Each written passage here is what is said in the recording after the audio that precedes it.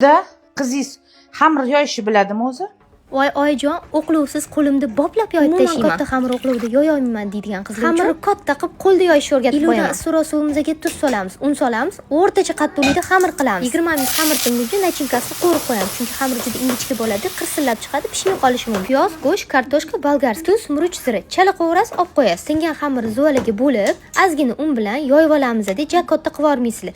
Har bitta sloyiga yog' surib tindirasiz. 1 soatdan kam turmasligi kerak. Voy, anchor saryolari bilan bu somsamizga gap bo'lish mumkin emas bo'lib chiqadi. Qarab turinglar. Tingan xamirni qo'limda olib, mana shunaqa tortib yoyib olaman. Ishoninglar qizlar, umuman qiyin emas. Bu usulni boshqa xamirlarga ham bemalol qo'llashingiz mumkin. Anchor saryolaridan surib, nachinkamizni qo'yib, somsani ham eng oson tugish usulini ko'rsatib beraman. Xuddi videoda ko'rsatilgandek o'rab chiqamiz, tugilishiga ham yaxshilab ahamiyat beringlar. Hammasini detalni video qilishga harakat qildim. O'shaning uchun yurakchani bosib qo'yinglar, bilasizlar, ko'nglim ko'tariladi. Hozir o'zida saqlanch qilib, o'sha xamir yoyishga qiynaladigan o'rtog'ingizga videoni jo'natib qo'ying. Qiynalmasdan mazza qilib yoyib olsinlar.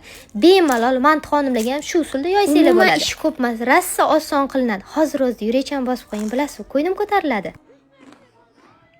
Sen dastingdan men ozgina bo'lmaydi hech qachon. Battar semirtirib borasan. Kim ko'hli, dombo ko'hli. Mazasiga gap bo'lish mumkin emas, olinglar.